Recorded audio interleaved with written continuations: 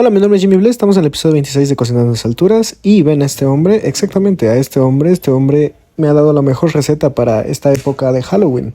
Se llaman momias y consiste en una tortilla de harina con salchicha, bueno, este es tocino, pero tiene relleno de salchicha, queso manchego y están envueltas en tocino. Podrán darse cuenta que este video es algo distinto a lo que acostumbro a hacer, pero bueno, es para que tengan un poco más de retención, ya que tenemos mucha hiperactividad cerebral.